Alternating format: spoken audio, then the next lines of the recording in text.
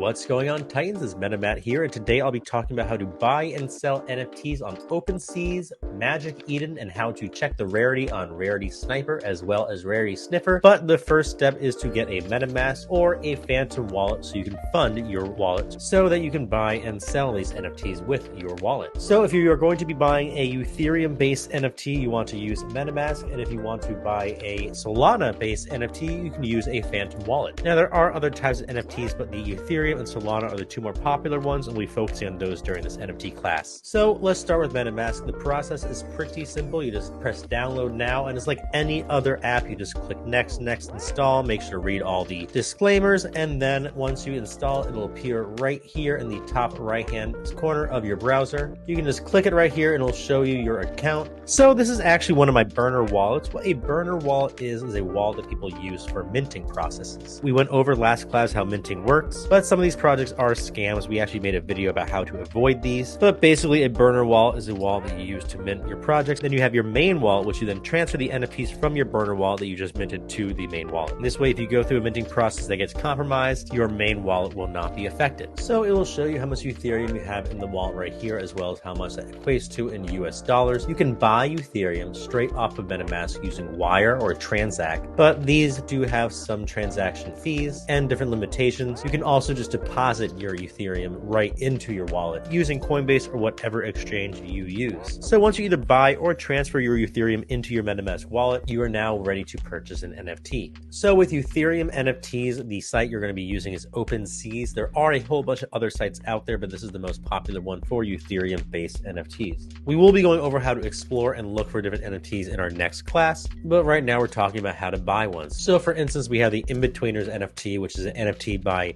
a famous artist, Gian Piano, and it is backed by Justin Bieber. Tom Holland actually has one of these NFTs. So let's just say that you want to get into this project. Well, the first step is to make sure they are verified. That is very important. Once these projects reach over 1 Ethereum in volume traded, they can get verified. So if you know that it's a popular project that would have a lot of volume and they're not verified, it might mean this is a fake project. This one is legit. It is verified. It's the real deal.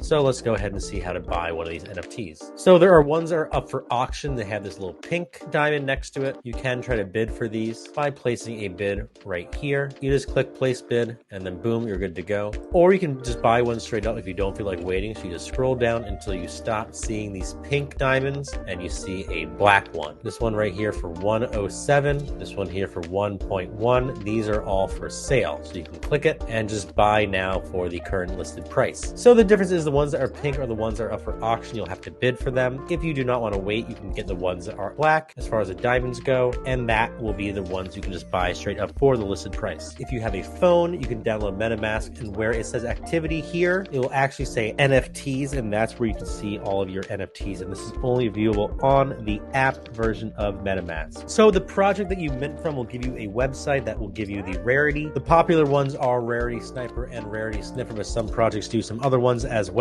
For instance, In-Betweeners is not on Rarity Sniper. However, it is on Rarity Sniffer. So what you're going to do is you're going to find the number of your NFT. If you go into your wallet and click your NFT, it'll tell you right there what number it is. You're going to type in the token ID, which is that number. Press enter, and there is your NFT. You can just click it, and you'll see your rarity score, and you'll see your rarity rank. So this means that this is the 3,625th rarest bear. This is out of 10,000 bears, so that's not great, but it's not bad. And that rarity score is what tells you how high your rank is going to be. And these are all based off of these different attributes. Every bear has different attributes. In this case, only 63 out of 10,000 of those bears have the gladiator clothing on. 3,000 of them have a black nose. And all these different attributes determines your rarity, what determines the price that people will be willing to purchase your NFT for. And then you can just click view on OpenSeas, and you'll be able to view your asset right there on the OpenSeas website. And if you want to sell it, it's as easy as clicking sell. If you want to do a timed auction, you can do that. Sell to the highest bidder, sell with declining price. You can put your amount here as far as Ethereum goes and decide how long you want the auction to go for, or you can just sell it for a certain amount of Ethereum right here and decide how long you want that to be listed for. So if you have a Solana-based NFT project, you're going to need to buy it from Magic Eden or one of the Solana-based sites that allows you to buy and sell NFTs. Each project will have under official links, not under the DMs. Do not trust any DMs you get from projects. They're usually bots or scams. You can find the official links under the official link area in the Discord, which will give you all the information as far as where to buy and sell that project's NFT, as well as where to find the rarity for it. So in this case, let's just say that you want a We Are the Walrus NFT. You just search the collection and then you click which walrus you want, and then you're going to connect your wallet. But of course, in order to connect a wallet, you need a wallet. So let's go over Phantom Wallet. You can just go to phantom.app/download or just Google Phantom Wallet. It should be like the first or second one that pops up. Click whichever browser you have, and it's pretty simple. Same deal as MetaMatt, just pressing next, install, read the disclaimer, of course, and then your Phantom Wallet will appear up here once you sign in,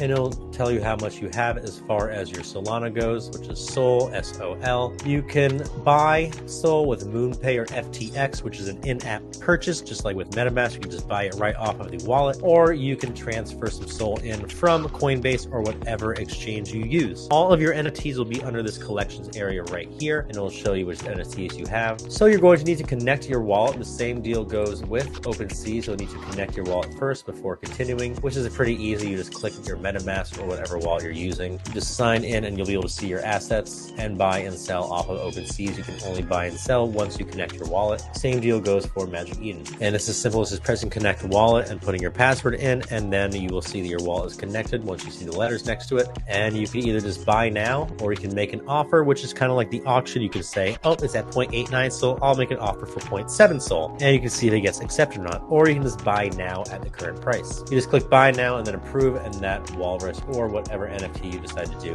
is yours. You can also sell NFTs by clicking the sell button up here. You'll see all your items, and you can go ahead and list and sell your NFTs. You can just click it. You click the amount of SOL you want to list it for, and you just click list now. And then it will go on the open market, and someone could, if they like the price, buy your NFT. And same deal, you can either go to Rarity Sniper, Rarity Sniffer, or whichever one that project tells you to go to. So in this case, I'm on Rarity Sniffer.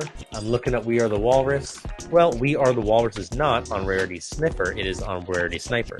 So you just find the ID number right here, which is 3880. You type it under check your NFT, and boom. There it is, number 3880. You can click it, see what rank you are. So this means that this is 8,199th rarest walrus out of, this is around like 8,000 of them. So that's not great. Its rarity score is only 25, which is pretty low. What you want is a high rarity score and a low rank. The rank basically means this is the number X rarest out of X walruses. So in this case, 8,000th rarest out of around 9,000. This was ranked number 1. That means this is the number 1 rarest walrus. So some strategies as far as buying and selling these NFTs are pretty simple. One of them is just minting and selling.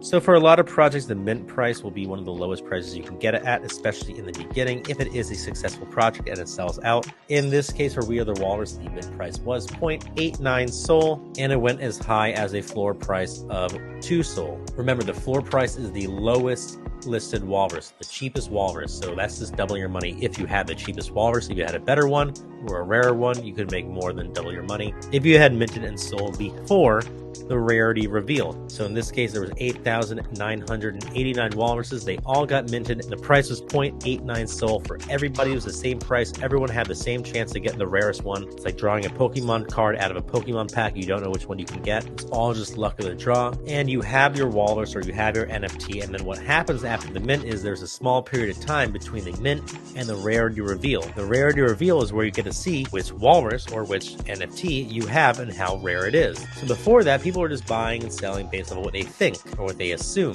And a lot of people aren't willing to sell their NFT for low price because, well, maybe they might have a rare one. They just don't know it until the rarity reveal. So the floor price is usually pretty high before that rarity reveal. And a lot of people will just mint and sell before the rarity reveal and double, triple, 3 times, 4 times, 5 times their money. So with this project, you could have minted at 0.89 SOL. The floor went as high as 2 SOL. So you could have at least doubled your money and then sold before that rarity reveal. And that would have been a good trade. That's 2 times your money minimum in less than a few days, because typically the rarity reveal is within 3 days after the mint. So that's a quick way to make some money on NFTs that you think are going to sell out and that you have confidence in. You can just mint and then sell right before the rarity reveal. Another way is sniping, is what they call it. So basically you just find an NFT, or in this case a walrus, that you think is listed for less than it is worth. So there's 2 ways to do that. Some people do it before the rarity reveal. They might see some walruses or some NFTs that are listed that they think is actually going to be worth a lot.